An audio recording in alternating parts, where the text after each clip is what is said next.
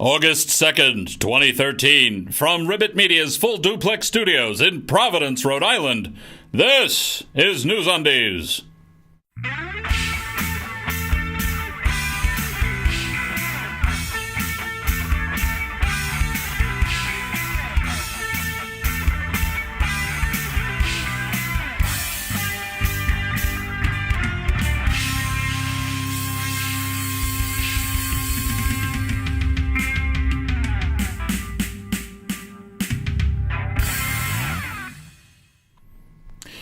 For August 2nd, 2013, this is NewsUndies, all the news that shouldn't be news.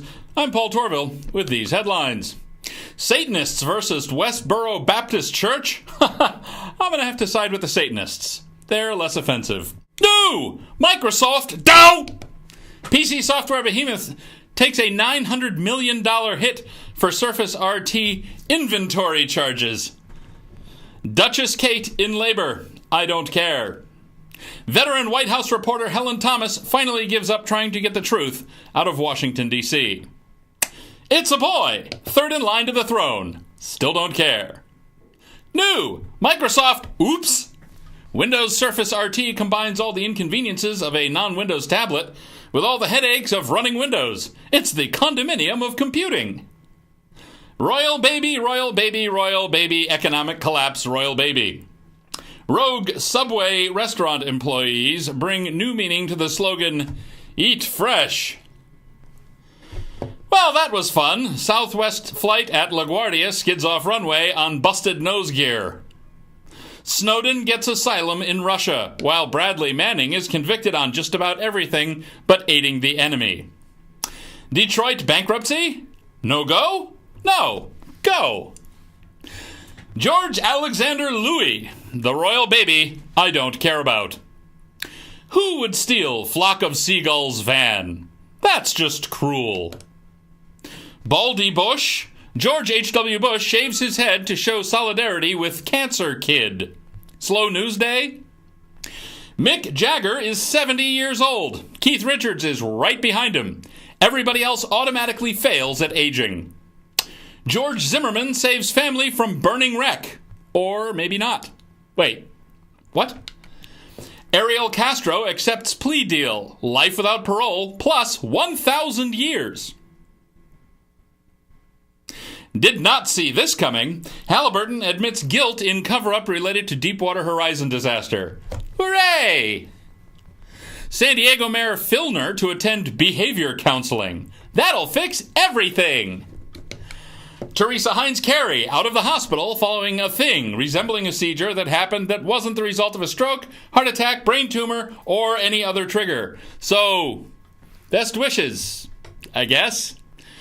Tard the Grumpy Cat has finally made the big time. That's right, a 30-second feature on CNN's morning show. Castro sentencing hearing turns out to be the saddest, most horrifying laugh riot on the news since George W. Bush called the 9/11 hijackers cowards. Green paint vandalism inside National Cathedral. Good! The place could use a little color. And now, here's Paul Torville with your money. A penny saved is a wafer of zinc, which has barely enough copper in it to irritate the people interested in pure scrap zinc. The expense of designing, minting, storing, transporting, counting, validating, and separating pennies far outstrips their face value. By how much remains a matter of debate. Inflation made the penny obsolete 20 years ago. Today, the penny exists only as a nod to a time when you could actually buy a thing with a penny. That time has long passed and is never coming back. And we can just as easily lose the nickel. Round to the nearest dime, like you used to round to the nearest cent. And just get over it. Pennies are pointless, and nickels are not worth the trouble. And if you don't believe it, carry around $100 in pennies for a day. Or just take your paycheck in nickels. I'm Paul Torville, and this was your money. Good to know.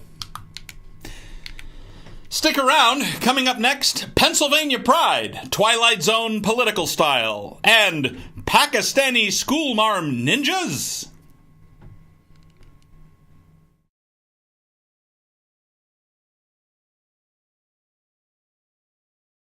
NewsUndies is like, it's social schadenfreude, okay? You're the rear seat window passenger on a Twin Otter, right? And all the other passengers are fighting, like literally fighting, over the last package of pretzel sticks. And they are oblivious of the fact that there's plenty of peanuts. And we're going to land in 6 minutes anyway. So what's the point?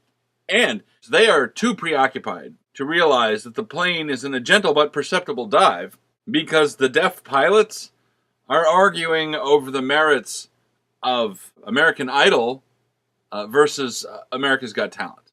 NewsUndies. It's all the news that shouldn't be news.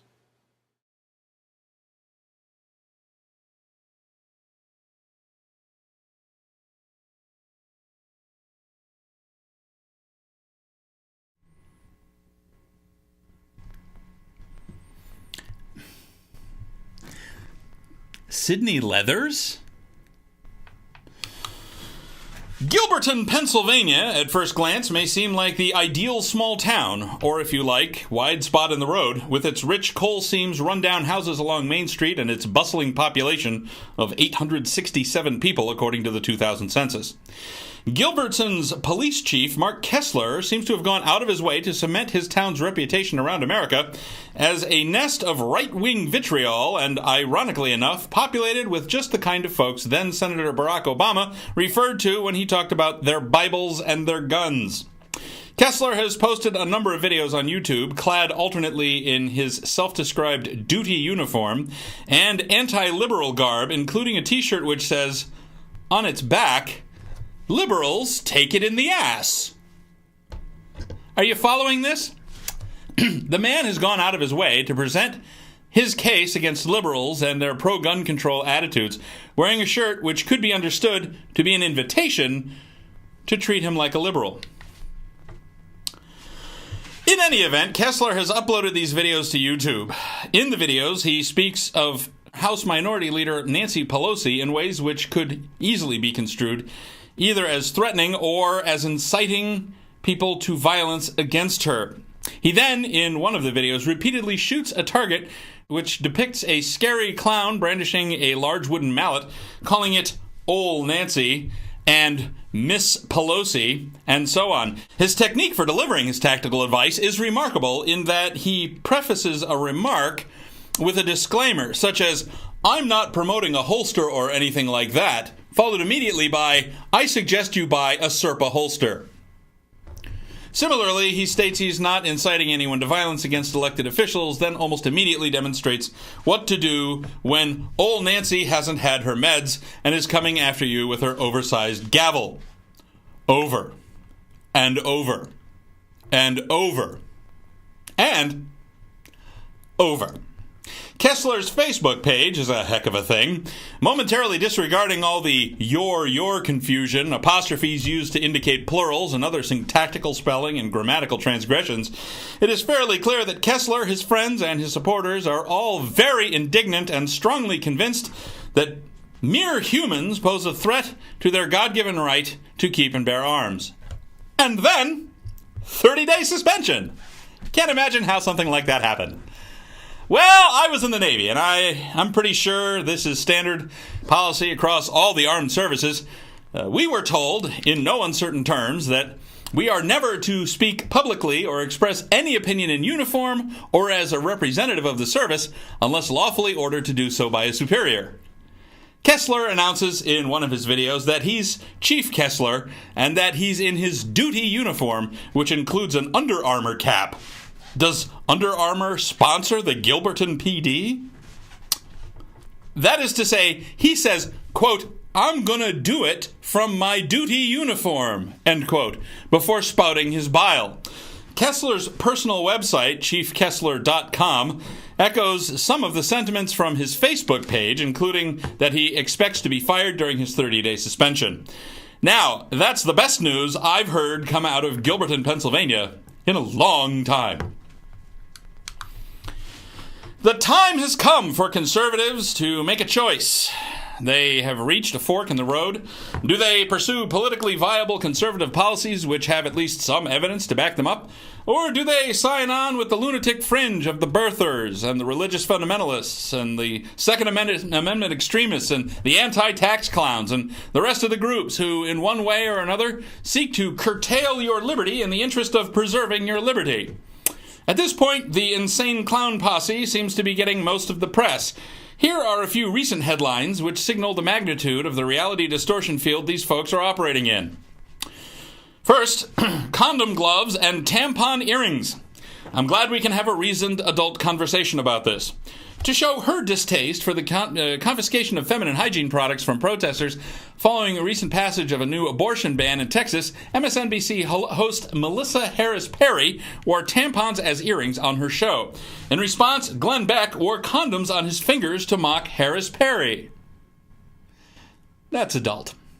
Ted Nugent and Alex Jones. I think you've got your 2016 GOP ticket right there.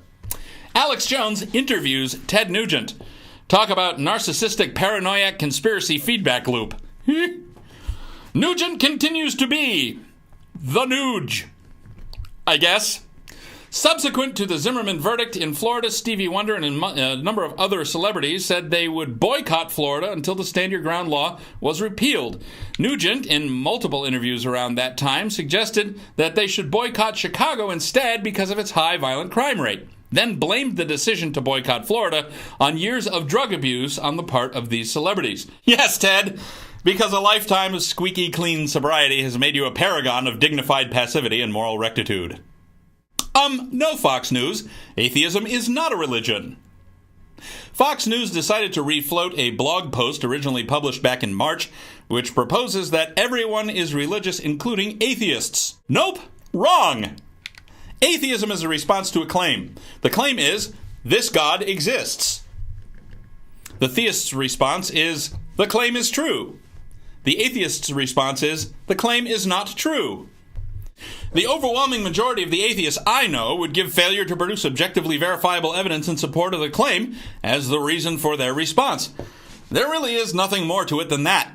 The post is by a wingnut named Johnny Moore, who happens to be the vice president of Liberty University. As you may recall, they're still trying to get the Jerry Falwell stink out of the carpets there. Pastor Rick Warren returns to the pulpit following suicide of son. This is great news because there was such a dearth of Christian leadership in his absence. So long, Rush! Too long, actually. Cumulus Media claims it is dumping Rush Limbaugh and Sean Hannity because of the squeamishness of many advertisers to be associated with them. For the time being, Clear Channel stations will continue to carry the shows. Well, that's great. Hey, listen, Sean and Rush. You can always do what I do. There's not a lot of money in it, but it's fun.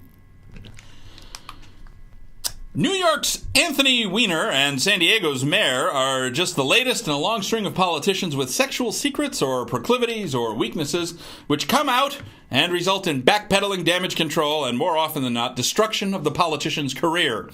Should a politician's sex life enter into the political picture, or are these matters the private business of the politician and none of our business? Here are Pig and Sheep with their thoughts. Absolutely! Unless I go into politics, then, no. In the United States, sex is generally regarded as a private matter, but it is also a matter of morality. Does it matter that Anthony Weiner can't stop living up to his name? Because of the moral baggage assigned to sex in our culture, yes, unfortunately, it matters. It matters because it speaks to his judgment, his rationality, and his commitment to stated principles. With a person whose judgment, rationality, and commitment to principles have been compromised or shown not to be what they were stated to be, the electorate feels like it's been lied to, and it has. We all know politicians are liars. We hate to be proven right, because that means we're gullible. Well, that's what Pig and Sheep think. What are your thoughts? Email them to ovcomments@newsundies.com. When bad guys come to town to close the school and threaten the kids, what do? Well, apparently, if you're a mild-mannered school teacher and your town is fictional and located in northern Pakistan, and you're a woman, you get into your martial arts burqa and fling books and pens at the bad guys, who are apparently all guys, naturally.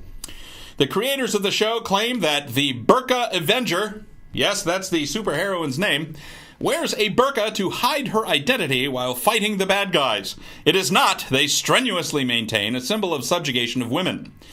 So, anonymous violence is the answer. How does this differ from the Tsarnaev brothers strolling unnoticed through the crowds in Boston as they planted their bombs?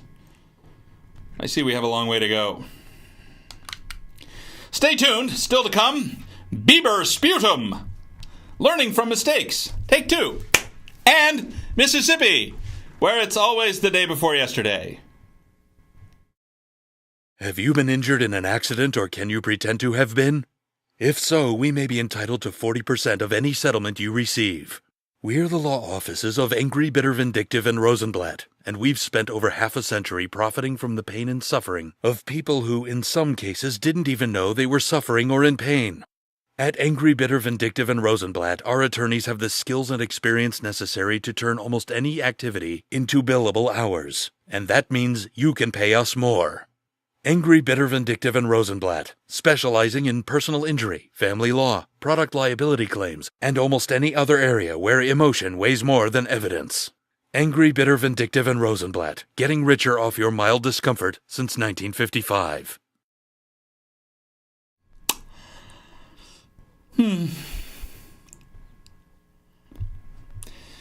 Justin Bieber. And now, here's Moose Weintraub with the Sports Half Minute. Moose Weintraub Sports Half Minute. It's a whole half minute of sports. 30 seconds of sports. Moose Weintraub Sports Half Minute. This is your Sports Half Minute. I'm Moose Weintraub. Chris Johnson and Devin Hester to race a cheetah in no-stakes waste of National Geographic's money. Moose Weintraub Sports Half Minute. Thanks, Moose. Always a great report from Moose. The last few weeks have seen a surge, one might say a swelling, in the frequency and duration of reporting on former Democratic Representative from New York, Anthony Wiener. Now, I have to tell you that when some cable news channel is on while I'm doing something else, I really don't like to randomly look up and see Wiener in my face. All I can say is, put that thing away. Anthony Wiener has every right to be indignant. He's now a compound punchline. It has to have been bad enough to have grown up with that name, but then to go into politics, a field we all know to be populated with unmitigated dicks, and now he proves himself to be a complete prick. Twice! Wiener slips in polls, says CNN. Seriously? Should Wiener stay in the race? No, Wiener should pull out. Well, Mr. Wiener, it looks like we've come full circle. Jerk. And finally, and I do mean finally, we all saw this coming, didn't we? Good old days, huh? Colorado afternoon country DJ Charlie Barnes wrote a lovely piece about Mississippi's recent decision to permit student-led prayer during school hours. Hooray! In the article, Barnes pines for the days when school-led prayer led American children to be Americans proud to belong to the American United States of America, a time when men were abusive and women were barefoot and pregnant and Negroes knew their places. Well, okay, he didn't exactly say that last bit, but he didn't stop all that far short of it. It seems that Mr. Barnes doesn't really have a handle on the concepts of a pluralistic society or objective reality. Oh well, he's only a radio personality. It's not like radio personalities have any influence. Well, that's all for this edition of NewsUndies. If you see news that shouldn't be news, you can submit your story tips online at newsundies.com. NewsUndies is a weekly show. We'll be back on Friday, August 9th with fresh undies. If you like this video, please like this video. Have a question or comment? Put it in the comments below. Don't forget to subscribe to us on YouTube, like us on Facebook, follow us on Twitter, ignore us on MySpace, tell your friends, and buy NewsUndies Kitsch. Thanks for watching. For all of us here at NewsUndies, until next time, I'm Paul Torville. After that, I might be trying to develop a completely inoffensive yet useful superhero.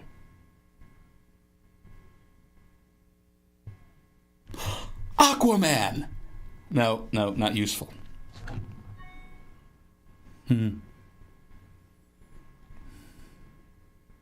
Nope, I got nothing. Microsoft, Fox News decided to refloat a blah, blah, blah. Or are these matters the private businesses? It has to fucking doodle-doo. Shown to be not what they were stated. Son of a god. You wrote this, didn't you, you bastard? Oi.